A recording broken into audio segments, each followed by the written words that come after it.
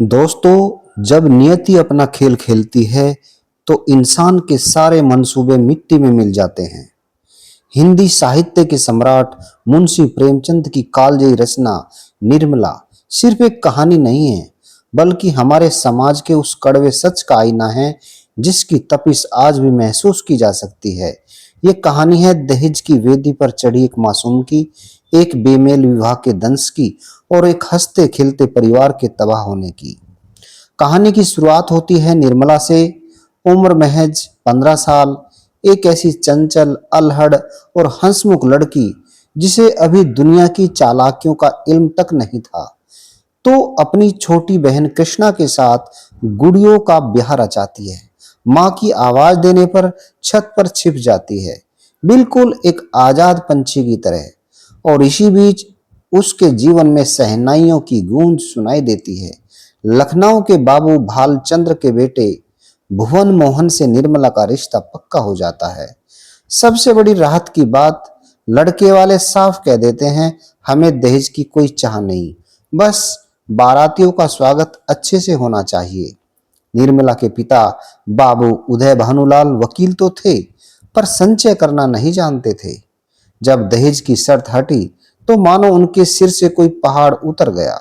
वे खुशी से फूले नहीं समाये, लेकिन मासूम निर्मला का क्या? वो कोने में मुंह छिपाए एक अज्ञात भय से कांप रही थी। न जाने आगे क्या होगा। शादी के दिन नजदीक आ रहे थे। घर में सुनार और दर्जी का काम चल रहा था, लेकिन किसे पता था कि इस उजाले के पीछे एक बहुत गहरा अंधेरा छिपा है। रात के 9 बजे बाबू उदय भानुलाल अंदर बैठे खर्च का हिसाब लगा रहे थे। बजट 5,000 से 10,000 पार हो चुका था। तभी उनकी पत्नी कल्याणी वहां आकर खड़ी हो जाती है और शुरू होती है एक ऐसी बहस जो पूरे परिवार की तकदीर बदलने वाली थी। कल्याणी बोली, जो इंसान आज कर्ज के भरोसे इतना खर्च कर रहा है, वो कल बच्चों के लिए क्या छोड़ेगा? आंखें बंद कर लेने से मुसीबत नहीं टलती। रोज देखती हूँ, बाप मर जाता है और बच्चे गली गली ठोकरे खाते हैं। ये शब्द बाबू उदय भानुलाल के सीने में तीर की तरह चुभ गए। अहंकार जाग उठा। उन्होंने गरज कर कहा, तो क्या मैं तुम्हारा गुलाम हूं? कल्याणी भी पीछे नहीं हटी। तो क्या मैं तुम्हारी लोंडी हूं? बात इतनी बढ़ गई कि आधी रात के सन्नाटे में पत्नी को सबक सिखाने के इरादे से बाबू साहब चुपके से घर से बाहर निकल गए। गंगा घाट की तरफ चल पड़े। सड़क पर सन्नाटा था। बाबू साहब तेजी से बढ़ रहे थे कि अचानक उन्हें पीछे किसी के कदमों की आहट मिली। उन्होंने चौंक कर अपनी लालटेन जलाई। रोशनी में जो चेहरा दिखा, उसे देखकर उनके होश उड़ गए। सामने खड़ा था मतई, शहर का नामी बदमाश, जिसे 3 साल पहले खुद बाबू साहब ने वकालत करके जेल भिजवाया था। वो कल ही छूट कर आया था और आज उसे अपना शिकार मिल गया था। मतई बोला, क्यों बाबूजी, पहचाना? मैं हूं मतई। तुमने मुझे 7 साल की सजा दिलाई थी ना, आज तुम्हें जिंदा नहीं छोड़ूंगा। बाबू साहब संभलते इससे पहले ही मतई की भारी लाठी हवा में लहराई और 1 2 3 कहते ही सीधे बाबू साहब के सिर पर जा लगी। मुंह से सिर्फ एक चीख निकली, हाय मार डाला, और पल भर में एक हंसता खिलता परिवार अनाथ हो गया। जीवन पानी के बुलबुले से भी ज्यादा क्षणभंगुर निकला। घर में कोहराम मच गया। कल्याणी खुद को कोस रही थी कि काश उसने वो कड़वे बोल ना बोले होते। लेकिन मुसीबतें यही नहीं रुकी। जो रिश्तेदार कल तक घर घेरे रहते थे, वे अब नजरें चुराने लगे। और सबसे बड़ा झटका तब लगा जब भुवन मोहन के लालची परिवार ने अनाथ निर्मला से शादी करने से साफ मना कर दिया। उनके लिए बिना दहेज की यह शादी अब अमंगल हो चुकी थी। अब कल्याणी के सामने एक ही रास्ता था, अपनी 15 साल की फूल जैसी बेटी की आबरू बचाना। समाज के तानों से डरकर और मुफ्त के रिश्ते के जाल में फंसकर एक मजबूर मां ने वो फैसला लिया जिसने नियति को भी रुला दिया। निर्मला का विवाह तय हुआ। 35 साल के अधेड़, 3 बच्चों के बाप वकील मुंशी तोताराम से। कहा वो 15 साल की कोमल कली और कहाँ वो 35 साल का अधेड़ पुरुष। नियति कोने में खड़ी मुस्कुरा रही थी। निर्मला जो कल तक गुड़ियों का बिहार रचाती थी, अब खुद एक ऐसी त्रासदी के बंधन में बंधने जा रही थी जहां से उसकी जिंदगी कभी सामान्य नहीं होने वाली थी। दोस्तों, कहते हैं कि घाव चाहे कितना ही गहरा क्यों ना हो, वक्त के साथ भर जाता है। लेकिन अगर वो घाव किसी के चरित्र पर लगा हो, अपनों की गहरे शक से उपजा हो, तो वो इंसान को अंदर से खोखला कर देता है। मुंशी प्रेमचंद के उपन्यास निर्मला का ये दूसरा भाग दिल को झकझोर कर देने वाला है। आज हम देखेंगे कि कैसे मुंशी तोताराम के घर में शक का एक काला नाग रेंगने लगता है और कैसे वो नाग एक हंसते खेलते मासूम जीवन को निगल जाता है। अपनी सांसें थाम लीजिए, क्योंकि यहाँ से शुरू होता है निर्मला की जिंदगी का वो काला अध्याय, जहाँ पवित्रता को भी अपनी गवाही मौत से देनी पड़ती है। निर्मला को मुंशी तोताराम के उस पुराने विशाल मकान में आए कुछ महीने बीत चुके थे। निर्मला ने बहुत कम उम्र में ही घर की पूरी गृहस्थी, रसोई और जिम्मेदारियां संभाल ली थी, लेकिन उस सूने घर में उसका मन बहलाने का कोई साधन नहीं था। मुंशी जी सुबह कचहरी चले जाते और शाम को लौटते। ऐसे में निर्मला का अकेलापन दूर करने का जरिया बना तोताराम का बड़ा बेटा मनसाराम। मनसाराम की उम्र लगभग 16-17 साल थी और निर्मला खुद भी 16 की हो रही थी। दोनों की उम्र बिल्कुल बराबर थी। मनसाराम के लिए निर्मला में उसकी सगी माँ की छवि दिखती थी और निर्मला के लिए मनसाराम एक छोटे भाई, एक सच्चे दोस्त जैसा। निर्मला को पढ़ने का बहुत शौक था, जो इस बेमेल विवाह के कारण छूट गया था। एक दिन उसने संकोच करते हुए मनसाराम से कहा, मनसाराम, तुम अंग्रेजी पढ़ते हो, मुझे भी थोड़ी अंग्रेजी सिखा दो। मनसाराम सहर्ष तैयार हो गया। अब रोज दोपहर को दोनों साथ बैठते, पढ़ाई होती, बीच बीच में हल्की नोकझोंक और ठिठोली भी होती। निर्मला हंसकर कहती, मास्टर साहब बहुत सख्त हो, जरा सी गलती पर डांट देते हो। और मनसाराम खिलखिला उठता। निर्मला के सूने जीवन में यह हंसी ही एकमात्र उजाला थी, लेकिन वो नहीं जानती थी कि उस उजाले को समाज की गंदी नजरें निगलने वाली है। शुरुआत में तोताराम को अच्छा लगा कि सौतेली माँ और बेटे में इतना स्नेह है, लेकिन धीरे धीरे तोताराम की ढलती उम्र और उनका इंफीरियोरिटी कॉम्प्लेक्स जाग उठा। वे आईने में अपने सफेद होते बाल और झुर्रियां देखते और फिर मनसाराम के जवान गठीले शरीर को देखते। उनके मन में खौफ बैठ गया कि निर्मला उनसे दूर भागती है, पर मनसाराम के आते ही उसका चेहरा फूल की तरह खिल जाता है। और इस सुलगते हुए शक की आग में घी डालने का काम किया उनकी विधवा बहन रुक्मणी ने। रुक्मणी को निर्मला से ईर्ष्या थी, क्योंकि घर की चाबी अब निर्मला के पास थी। एक शाम जब तोताराम उदास बैठे थे, रुक्मणी दबे पांव उनके पास आई और जहर उगलना शुरू कर दिया। बोली, भैया, तुम तो दिन भर कचहरी में रहते हो, तुम्हें घर का क्या पता। यह नई बहू और मनसू, इनका हर वक्त साथ बैठना मुझे ठीक नहीं लगता। जवान लड़का है, जवान बहू है, मोहल्ले वाले बातें बना रहे हैं, मेरी तो नाक कटी जा रही है। जरा अपनी आंखें खोलो भैया। ये शब्द तोताराम के कलेजे में तीर की तरह धस गए। उनका शक अब पक्के यकीन में बदलने लगा। उन्होंने खुद निर्मला को पढ़ाने की कोशिश की, लेकिन अपनी असुरक्षा के कारण वे बात बात पर चिढ़ जाते। एक दिन जब निर्मला ने अनजाने में कह दिया, पर मनसाराम ने तो इसका मतलब कुछ और बताया था, तो तोताराम का पारा 7वें आसमान पर पहुंच गया। वे चिल्लाए, अच्छा, अब वो कल का लौंडा मुझसे ज्यादा विद्वान हो गया। वे किताबें पटक कर चले गए। नफरत और ईर्ष्या उनके दिमाग पर हावी हो चुकी थी। और फिर वो मनहूस शाम आई, जिसने इस घर की बर्बादी की इबादत लिख दी। मनसाराम अपने कमरे में तैयार हो रहा था। निर्मला ने उसके लिए अपने हाथों से कुर्ता सीला था। वो बड़े चाव से कुर्ता लेकर आई और बोली, पहनकर देखो मनसू, फिट आता है या नहीं। मनसाराम खुश हो गया। वो कुर्ता पहन ही रहा था कि निर्मला आगे बढ़कर उसका कॉलर ठीक करने लगी। दोनों हंस रहे थे और ठीक उसी पल मुंशी तोताराम दरवाजे पर आकर खड़े हो गए। उनकी आंखों के आगे अंधेरा छा गया। उस गंदे शक के चश्मे से उन्हें वहां एक माँ और बेटा नहीं बल्कि दो प्रेमी नजर आए। कमरे में एक डरावना सन्नाटा छा गया। निर्मला ने घबराकर हाथ पीछे खींच लिया। मनसा राम का चेहरा फक पड़ गया। तोता राम ने कुछ नहीं कहा, वे बस एक ऐसी नजर से घूरते रहे जो रूह को छलनी कर दे और पैर पटकते हुए बाहर चले गए। 17 साल का मनसाराम अपने पिता की उस गंदी नजर का मतलब समझ गया। उसके पैरों तले जमीन खिसक गई। उसकी आत्मा चीख उठी, हे ईश्वर, बाबूजी ने मेरी पवित्रता पर, मेरी मां समान निर्मला पर इतना घिनौना शक किया। अगले ही दिन तोताराम ने अपना आखिरी पासा फेंका। उन्होंने मनसाराम को बुलाया और बिना आंख मिलाए कहा, तुम्हारी पढ़ाई का हर्ज हो रहा है, तुम आज ही हॉस्टल चले जाओ। मनसाराम जानता था कि यह हॉस्टल भेजने की बात नहीं बल्कि घर से निकालने का फरमान है। उन्होंने बिना कोई सफाई दिए अपनी आंखें झुकाकर कहा, बाबूजी, जैसी आपकी आज्ञा। निर्मला रोती रही, गिड़गिड़ाती रही, मत जाओ बेटा, घर खाने को दौड़ेगा। पर मनसाराम अड़ गया। वो अपनी मां के दामन को पाक साफ रखने के लिए खुद को उस घर की चौखट से दूर चला गया। तोताराम बाहर बैठे हुक्का पी रहे थे और मन ही मन खुश थे कि चलो कांटा निकल गया।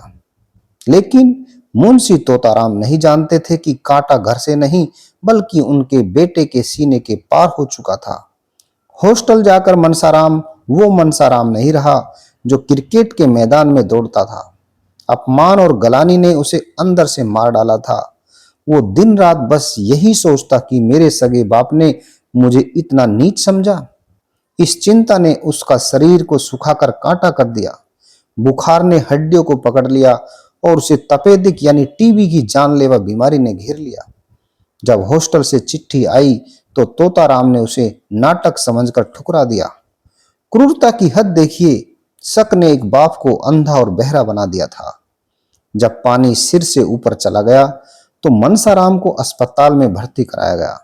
तोताराम जब वहां पहुंचे तो अपने बेटे की हड्डियों का ढांचा देखकर कांप उठे। डॉक्टर ने कहा, वकील साहब, बहुत देर कर दी, इसे कोई गहरा मानसिक सदमा लगा है, अब सिर्फ भगवान का ही आसरा है। इधर घर पर निर्मला तड़फ रही थी, पैरों में गिर रही थी, मुझे एक बार मनसू को देखने दो। पर रुक्मणी ने ताना मारा, तेरे ही कारण वो वहां मर रहा है, अब और तमाशा मत कर। निर्मला ने अंजल त्याग दिया और आखिरकार वो अंतिम रात आ गई। अस्पताल के कमरे में मनसाराम की सांसें उखड़ रही थी। तोताराम रो रहे थे। मनसाराम ने अपनी पूरी ताकत बटोरी और कहा, बाबूजी, निर्मला अम्मा को बुला दीजिए, मैं इस दुनिया से कलंक लेकर नहीं जाना चाहता। निर्मला बदहवास दौड़ती हुई अस्पताल पहुंची, अपने बेटे के पैरों में गिरकर चीख पड़ी। बेटा मनसाराम ने टूटती आवाज में तोताराम का हाथ पकड़ा और कहा, बाबूजी देखिए, अम्मा कितनी पवित्र है, ये तो देवी है, सगी मां से बढ़कर है। अब तो अपने दिल से वो शक निकाल दीजिए बाबूजी, मेरी आत्मा को शांति नहीं मिलेगी। और ये कहते ही मनसाराम की गर्दन एक तरफ ढुलक गई, आंखें खुली रह गई, पर जिंदगी का दिया हमेशा के लिए बुझ गया। अस्पताल का वो कमरा निर्मला की चीखों से गूंज उठा। मुंशी तोताराम पत्थर की मूरत बने वहीं जमीन पर गिर पड़े। वे मनसाराम के ठंडे पैरों को पकड़कर बच्चों की तरह रोने लगे। उठ जा मनसू, मुझे मार डाल, पर उठ जा, मैं हत्यारा हूं। पर अब बहुत देर हो चुकी थी। शक की उस आग ने घर का पहला और सबसे चमकदार चिराग हमेशा के लिए बुझा दिया था। मनसाराम अपनी पवित्रता सिद्ध करके चला गया, पर पीछे छोड़ गया एक ऐसा पछतावा जो तोताराम को जीते जी हर पल मारेगा। मनसाराम तो चला गया दोस्तों, लेकिन तोताराम के घर में लगी थी ये आग अभी शांत नहीं हुई थी। अब इस उजड़े हुए शमशान में पाप के नए बीज पनपने वाले थे। मंझले बेटे जियाराम और छोटे बेटे शियाराम का क्या होगा, जानने के लिए सुनते रहिए। दोस्तों, जब किसी घर की बुनियाद में शक, लालच और नफरत का जहर घुल जाता है तो उस घर को शमशान बनने में वक्त नहीं लगता। मुंशी प्रेमचंद के अमर उपन्यास निर्मला का ये भाग सिर्फ एक कहानी का अंत नहीं है, बल्कि एक पूरे हंसते खेलते परिवार के महाविनाश की वो दास्तान है जिसे सुनकर पत्थरों का दिल भी पिघल जाए। मनसाराम की चिता की आग अभी ठंडी भी नहीं हुई थी कि तोताराम के बचे कुचे संसार पर नियति का ऐसा वज्रपात हुआ जिसने सब कुछ राख कर दिया। अपने दिल को थाम लीजिए, क्योंकि अब हम मुंशी तोताराम के अहंकार की अंतिम परिणति और निर्मला की दर्दनाक मुक्ति का वो मंजर देखने जा रहे हैं जहां सिर्फ आंसू शेष रह जाते हैं। मनसाराम की मौत ने मुंशी तोताराम की कमर तोड़ दी थी, तो तोताराम कल तक अपनी जवानी का ढोंग रचते थे, वे अब सचमुच एक लाचार बूढ़े बन चुके थे। वकालत ठप हो चुकी थी और घर में आर्थिक तंगी ने घेरा डाल दिया था।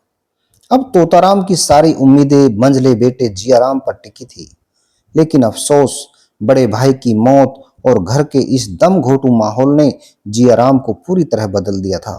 माता पिता का ध्यान हटा देखकर वो गलत संगति में पड़ गया।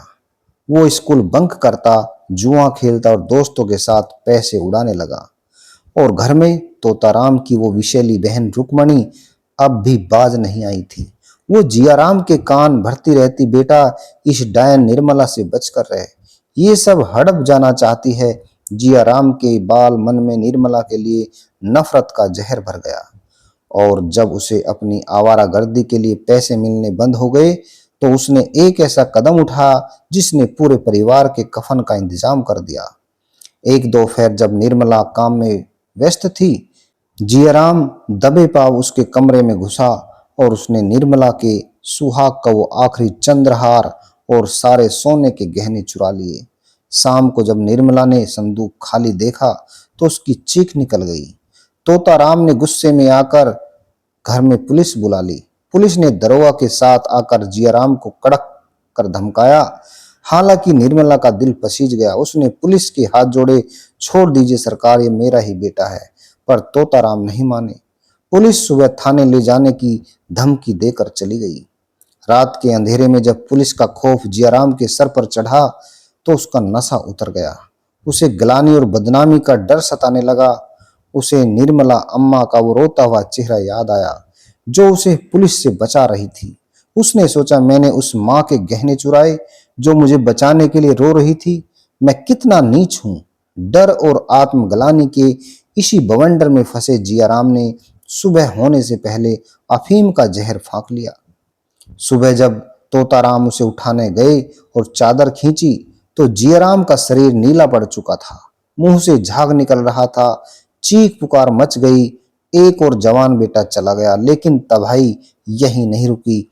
इस खौफनाक मंजर को देखकर 7 साल का सबसे छोटा बेटा सियाराम पूरी तरह सहम गया।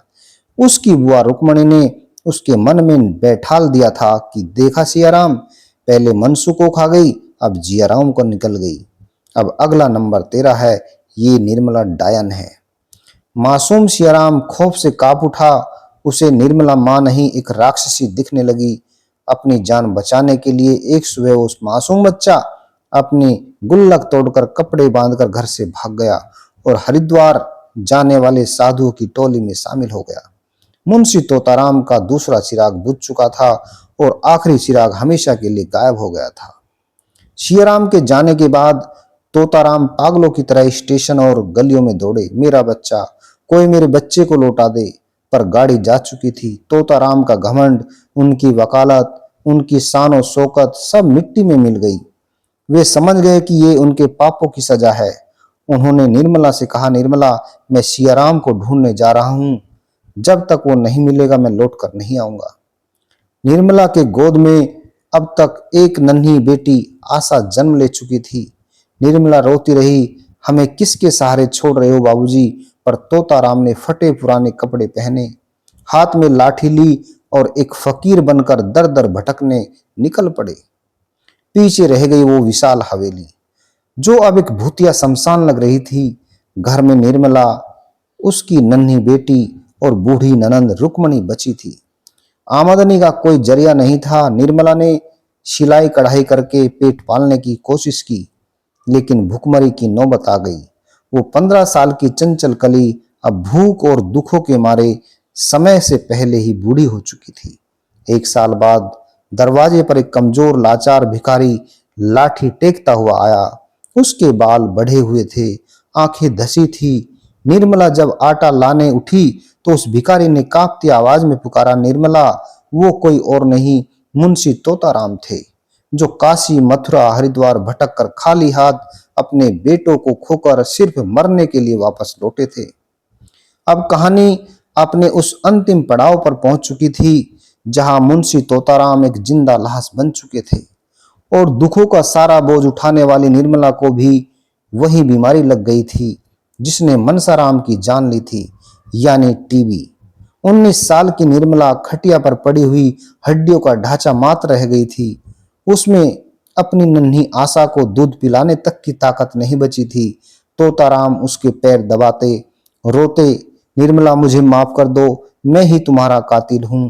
पर निर्मला उनका मुंह बंद कर देती थी। अपनी अंतिम घड़ियां नजदीक देखकर निर्मला ने अपनी छोटी बहन कृष्णा को बुलावा भेजा। कृष्णा जब आई तो निर्मला की आंखें फटी रह गई। किस्मत का खेल देखिए, सुंदर और गुणवान निर्मला को बेमेल विवाह का नरक मिला और साधारण कृष्णा की शादी बिना दहेज के एक अमीर और सुखी घर में हुई थी। वो गहनों से लदी थी।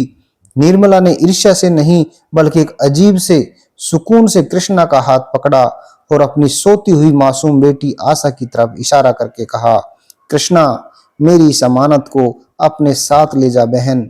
इस घर में यह अनाथ हो जाएगी, इसे अपनी बेटी समझना कृष्णा, और मेरी एक कसम खा, इसका ब्याह कभी किसी अधेड़ या बूढ़े आदमी से मत करना, चाहे ये कुंवारी रह जाए, इसे अपने पैरों पर खड़ा करना। कृष्णा ने रोते रोते कसम खाई। निर्मला के चेहरे पर एक अंतिम शांति छा गई। उसकी आखिरी चिंता भी खत्म हो चुकी थी। तीसरे पहर का समय था। निर्मला ने एक बार सबको देखा, तोताराम के पैर छुए, रुक्मणी को हाथ जोड़ा और बुदबुदाई, मनसाराम मैं आ रही हूं, और उसकी गर्दन एक तरफ लुढ़क गई। वो पिंजरा जिसमें 5 साल से कैद थी हमेशा के लिए खुल गया। पंछी उड़ गया। कृष्णा की चीख से वो शमशान नुमा घर गूंज उठा। तोताराम पत्थर की तरह जमीन पर बैठ गए। उनकी आंखों के आंसू भी सूख चुके थे। कुछ दिन बाद कृष्णा वादे के मुताबिक नन्ही आशा को अपने साथ ले गई। अब उस विशाल उजड़े हुए मकान में सिर्फ 2 लोग बचे थे, बूढ़ा लाचार मुंशी तोताराम और पछतावे की आग में जलती रुक्मणी। कुछ समय बाद मुंशी तोताराम भी कहीं चले गए। किसी ने उन्हें हरिद्वार के घाटों पर भीख मांगते देखा तो किसी ने पागल बनकर सड़कों पर भटकते। उस पूरे वंश का, उस घर का नामो निशान मिट गया। निर्मला मरकर भी अमर हो गई दोस्तों, क्योंकि उसका दर्द आज भी हर उस घर में गूंजता है जहां किसी बेटी का सौदा किया जाता है।